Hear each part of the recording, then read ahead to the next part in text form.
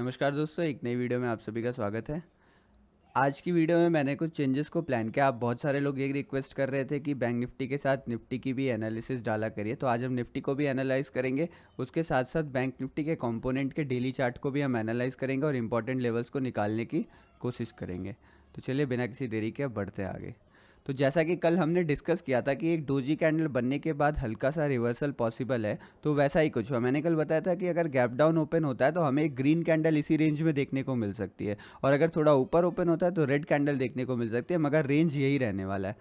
अब देखिए आज के इस रेड कैंडल ने क्या क्या चीज़ें पूरी कर दी हैं। पहला तो जो ये लेवल था, लगभग इस लेवल का लगभग रीटेस्ट पूरा हो गया है, और यहाँ से हमें थोड़ा सा रिवर्सल भी देखने को मिल गया। मतलब जो हम एक रिवर्सल का वेट कर रहे थे, तो देखिए अगर ये रिवर्सल यहाँ तक आता है तो हम ये समझ जाएंगे कि जो बायर्स हैं वो बायर्स अभी इतना जल्दी मार्केट में नहीं आ रहे हैं। तो अगर यहाँ तक आता है तो हमें एक इतना बड़ा रेंज देखने को मिल सकता है, और अगर मार्केट यहीं से ऊपर जाने लगता है तो हमें ये बताएगा कि मार्केट में अभी बायर्स के पास काफ़ी ज़्यादा अर्जेंसी है। मतलब वो मार्केट को ऊपर ले ही जाना चाहते हैं किसी भी हाल में, क्योंकि अगर उन्हें पता है कि अगर थोड़ा नीचे आएगा तो सेलर्स भी मार्केट के अंदर एंटर करना शुरू कर देंगे, और जब बायर सेलर्स दोनों रहते हैं मार्केट में तो मार्केट में एक रेंज बन जाती है। तो अगर बायर्स को ऊपर ले जाना है तो उनके पास जो डेडलाइन है वो थर्सडे का ही है मेरे हिसाब से। थर्सडे तक बायर्स को इस हाई को निकालना पड़ेगा, या फिर एक बहुत बड़ी ग्रीन कैंडल यहाँ पर बनानी पड़ेगी। थर्सडे को जैसा कि हमने डिस्कस किया था मंथली एक्सपायरी भी है, तो हो सकता है कि कल भी market sideways to down side बना रहे, साइडवेज टू डाउन साइड रहे, या फिर साइडवेज मार्केट रहे, थोड़ा सा ऊपर नीचे करके वोलेटाइल करके यहीं कहीं अगर हम बात करें तो इसी किसी रेंज में मार्केट कल क्लोज कर दे, ऐसा पॉसिबिलिटी है। और फिर थर्सडे को हमें एक बड़ा मूवमेंट देखने को मिले। ये हमारी अभी प्राइस एक्शन के हिसाब से एनालिसिस बताती है। डेली चार्ट में अभी भी इस ट्रेंड लाइन और इस ट्रेंड लाइन का इंपॉर्टेंस बना हुआ है, पर अब देखने वाली बात यह है कि इस ट्रेंड लाइन तक आता है कि नहीं मार्केट। फाइनली डेली चार्ट में हमें कुछ ऐसा मूवमेंट यहाँ पर एक्सपेक्टेशन है हमारा। अब चलिए अब एक बार इस पर स्मॉलर टाइम फ्रेम में चलते हैं, आवरली चार्ट में देखते क्या होता है। तो आवरली चार्ट में कल यहाँ पर एक एम पैटर्न का डिस्कशन किया था। देखिए एम पैटर्न का ब्रेकआउट आता है यहाँ पर, फिर एक रिवर्सल होता है, और उसके बाद भी मार्केट नीचे की तरफ ही आके क्लोजिंग देता है लगभग। तो अभी एम पैटर्न का यहाँ पर अगर मार्केट को लाना है, अगर और नीचे जाना है मार्केट को, तो मार्केट को कल थोड़ा गैप डाउन या फिर फ्लैट ओपन ही करना पड़ेगा। अगर मार्केट कल गैप अप ओपन होके ऊपर जाने लगता है तो इस स्विंग का हमारे लिए इंपॉर्टेंट अब बहुत ज़्यादा हो गया। जो ये स्विंग बना हुआ है 36,600 के आसपास का, इसका इंपॉर्टेंट बहुत ज़्यादा हो गया। तो अगर मार्केट 36,600 के आसपास यानी थोड़ा ऊपर ओपन हो जाता है और इसको ब्रेक करने लगता है, तो ये जो हमारा एम पैटर्न था, ये एम पैटर्न का सेटअप हमारा फेल हो जाएगा, और मार्केट में जो सेलर्स को आना चाहिए था ये हम क्लियर हो जाएगा कि वो सेलर्स नहीं आए। यानी एम पैटर्न पर जो सेलिंग हमें देखने को मिलती है वो अब शायद हमें देखने को नहीं मिलेगी अगर मार्केट इस वाले स्विंग को निकाल देता है। तो इसलिए इस स्विंग पर नज़र रखना बहुत ज़्यादा ज़रूरी है। और इसके साथ साथ आवरली चार्ट में हमारे सामने एक प्राइस एक्शन भी आ रहा है। यहाँ पर जो लोज लग रहे हैं वो लोअर लोज का एक प्राइस एक्शन आ रहा है। तो इसके मुताबिक भी अगर किसी भी स्विंग के ऊपर मार्केट जाता है तो यानी सेलर्स अब एग्जॉस्ट हो चुके हैं और अब बायर्स की एंट्री दोबारा देखने को मिलती है। तो इस स्विंग पे ध्यान रखिएगा। साथ में ऊपर से एक ट्रेंड लाइन भी आ रही है, इसको 15 मिनट के चार्ट में भी डिस्कस करेंगे, पर ये ट्रेंड लाइन हमारे लिए भी काफ़ी ज़्यादा इंपॉर्टेंट हो जाती है। तो आवरली चार्ट में ज़्यादा कोई लेवल्स हमें देखने को नहीं मिल रहे हैं, बाकी यही सारी एनालिसिस थे। अब चलिए 15 मिनट के चार्ट में हम चलते हैं और देखते हैं आखिर कल हम किस लेवल्स पर ट्रेड कर सकते हैं। तो देखिए कल के दिन इस ट्रेंड लाइन का डिस्कशन किया था मैंने, तो मार्केट तो यहाँ तक गया नहीं, पर हमने इस ट्रेंड लाइन का भी डिस्कशन किया था, और जैसा मैंने बताया था कि ये ट्रेंड लाइन अब वीक हो चुकी है तो इसका हमें ब्रेकडाउन देखने को मिल सकता है। तो हमें पहले 15 मिनट के कैंडल से ही इसका ब्रेकडाउन देखने को मिला, और फिर लगभग यहाँ तक हमें एक मूवमेंट मिल गया। अच्छा खासा मॉर्निंग में मूवमेंट कैप्चर हुआ। उसके बाद मार्केट में यहाँ पर अब देखिए एक रिवर्सल आता है, मतलब रिट्रेसमेंट आता है, फिर उसके बाद मार्केट यहाँ पर आके लगभग क्लोज करता है। अब जो पैटर्न यहाँ पर बनता हुआ दिख रहा है वो कुछ एक ऐसा pattern, W pattern shorter time frame में दिख रहा है। डब्ल्यू पैटर्न अभी कंफर्म नहीं हुआ है, इसका कंफर्मेशन तभी आएगा जब मार्केट इस लेवल यानी 36,600 का जो स्विंग है उसके ऊपर जाता है। तो अगर 36,600 के ऊपर जाता है तो ये प्रोबेबिलिटी बढ़ जाएगी कि इस ट्रेंड लाइन का भी ब्रेकआउट हमें देखने को मिले। मगर लेकिन अगर मार्केट मान लीजिए इस कहीं जोन में ओपन होकर इस गैप को बिना छोड़े हुए यहाँ से ऊपर चलने लगता है और डायरेक्टली, जैसे देखिए ये डाउन डाउन साइड का मूवमेंट आया, तो वैसे ही मूवमेंट अगर यहाँ अप साइड में आता है तो ये ट्रेंड लाइन का ब्रेकआउट एक बार के लिए फेक ब्रेकआउट हो सकता है, और 2-3 रेड कैंडल यहाँ 15 मिनट की, या फिर यहाँ पर एक कंसोलिडेशन जिसे हम ट्रैप जोन कहते हैं, वो ट्रैप जोन यहाँ पर बनता हुआ दिख सकता है। तो अगर मार्केट सीधे चल के यहाँ तक आएगा तो हम थोड़ा वेट करेंगे और फिर इस ट्रेंड लाइन के ब्रेकआउट पे ट्रेड लेंगे। बाकी अगर मार्केट यहाँ ओपन होता है, इस जगह ओपन होके कोई एक रेंज बनाता है और इस रेंज को नीचे ब्रेक करता है, और ब्रेक करने के बाद तुरंत ऊपर आने लगता है, यानी यहाँ पर नीचे जो सेलर्स को ये ट्रैप करके ऊपर आने लगता है, तो हम एक पोजीशन बना सकते हैं जिसका टारगेट हमारा ये लेवल तक रहेगा। इस लेवल तक एक टारगेट बुक कर सकते हैं, कुछ क्वांटिटी यहाँ निकाल सकते हैं, नहीं तो कुछ क्वांटिटी के लिए हम छोड़ सकते हैं। देखिए, ये पॉसिबिलिटीज तभी होंगी अगर कल का दिन एक अपसाइड होता है, पर मैंने जैसा बताया कि कल अपसाइड टू वोलेटाइल मार्केट हो सकता है, मतलब अपसाइड डाउनसाइड वोलेटाइल तीनों चीज़ें पॉसिबल है, पर एक साइडवेज मार्केट रहेगा। कोई बड़ा मूवमेंट मैं अभी एक्सपेक्ट नहीं कर रहा हूँ, पर ऐसा पॉसिबिलिटी है कि हो, अगर ये लो ब्रेक कर जाए और इस लो के नीचे सस्टेन करने लगे तो सेलर्स एक बार इस गैप को फिल करने के लिए भी आ जाए। जो यहाँ पर एक गैप बचा है तो इस सेलर्स यहाँ तक आ जाए और एक गैप फिल हो जाए। खैर, हमें देखना होगा कल का मार्केट कैसा होता है। अगर देखिए, अगर ये लो को ब्रेक कर देता है, मार्केट यहाँ कहीं ओपन होके इस लो को ब्रेक कर देता है, तो हमारा जो व्यू है वो सेलिंग के साइड हो जाएगा।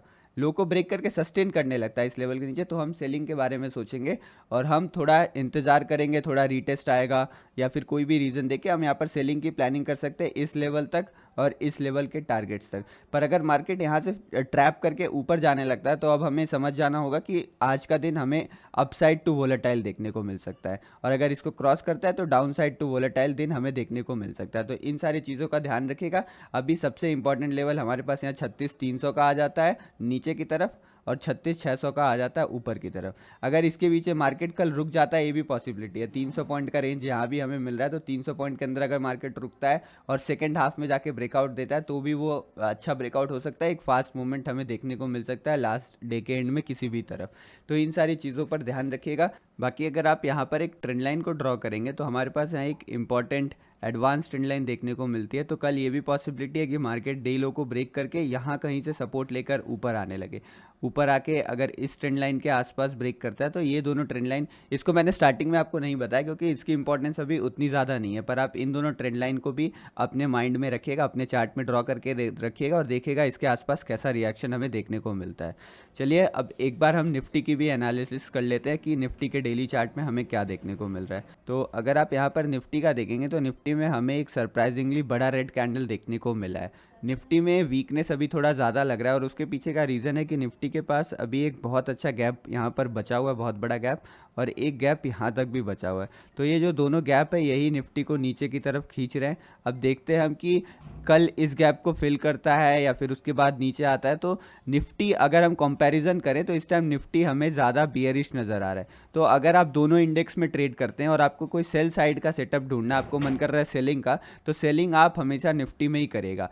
बैंक निफ्टी कंपैरेटिवली थोड़ा टाइम स्ट्रेंथ में है, बैंक निफ्टी में बायर्स लोग ज़्यादा दिख रहे हैं, तो इसलिए अगर आपको कोई बाइंग का सेटअप ढूंढना है तो आप वो बैंक निफ्टी में ढूंढिएगा। यहाँ पर इन दोनों गैप्स का खासा ध्यान रखिएगा और साथ में यहाँ पर एक ऐसी ट्रेंड लाइन आ रही है, इसका भी ध्यान रखिएगा। कल का दिन क्या होता है, यहाँ पर देखिए इस जगह 16,400 वाला जो लेवल है वो बहुत अच्छा सपोर्ट डिफेंड किया है। तो अगर कल ब्रेक करता है तो यहाँ तक का मूवमेंट एक देखने को मिल सकता है 16,300 से लेकर 16,200 का। निफ्टी ज़्यादा बियरिश है, बस इस बात को ध्यान में रखिएगा, उस हिसाब से आप निफ्टी में ट्रेड फाइंड कर सकते हैं। चलिए, बैंक निफ्टी के कंपोनेंट्स के डेली चार्ट को भी एनालाइज कर लेते हैं। तो यहाँ पर हमारे पास आईसीआईसीआई बैंक का चार्ट है। आईसीआईसीआई बैंक में देखिए कल बहुत बड़ा यहाँ पर हमें एक पिन बार कैंडल देखने को मिला था डाउन साइड की तरफ, और यहाँ पर आप देखोगे एक रेड कैंडल बना, पर रेड कैंडल ने इस प्रीवियस डे के लो को ब्रेक नहीं किया और इसकी जो क्लोजिंग है वो भी हमें अपसाइड देखने को मिली। तो प्राइस एक्शन के हिसाब से ये क्लियरली बताता है कि जो रिएक्शन इस कैंडल का आना चाहिए था वो नहीं आया और अभी भी इसमें बायर्स एंट्री करके बैठे हुए हैं। तो आईसीआईसीआई बैंक अभी उतना ज़्यादा वीक नहीं लग रहा है। कल के दिन अगर ये इस लेवल को, जो ये इस लेवल को हम देखते हैं कौन सा लेवल है, अगर 780-85 के आसपास, मतलब 785 को अगर ये ब्रेक करता है तो इसमें हमें एक डाउनफॉल देखने को मिल सकता है। और क्योंकि एक हेवी स्टॉक है, हेवी वेट है, तो ये बैंक निफ्टी को थोड़ा नीचे ले आके देख सकता है। तो 785 के लेवल पर नज़र बना के रखिएगा कल के दिन में, यानी कल के डे लो को ब्रेक करता है तो हमें फिर यहाँ 780 के आसपास की मूवमेंट देखने को मिल सकती है, जो बैंक निफ्टी को अच्छा खासा थोड़ा डाउन साइड नीचे की तरफ खींच कर रखेगी।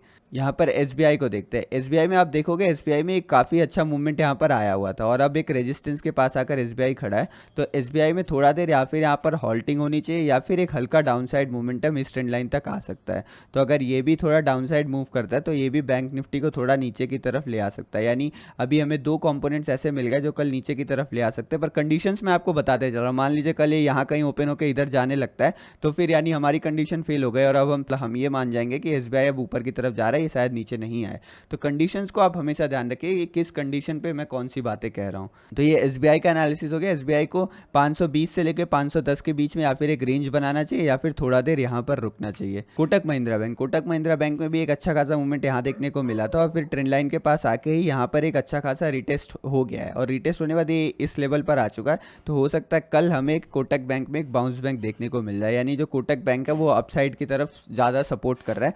कल का दिन देखिए, अगर इस लो के नीचे ब्रेक करके थोड़ा देर सस्टेन कर थोड़ा देर मतलब रुकता है फिर ऊपर जाने लगता है या फिर यहाँ कहीं ओपन होकर ऊपर चलने लगता है तो हम समझ जाएंगे कि कोटक बैंक के लिए आज एक पॉजिटिव दिन है और उस हिसाब से ये बैंक निफ्टी को थोड़ा ऊपर की तरफ ले जा सकता है।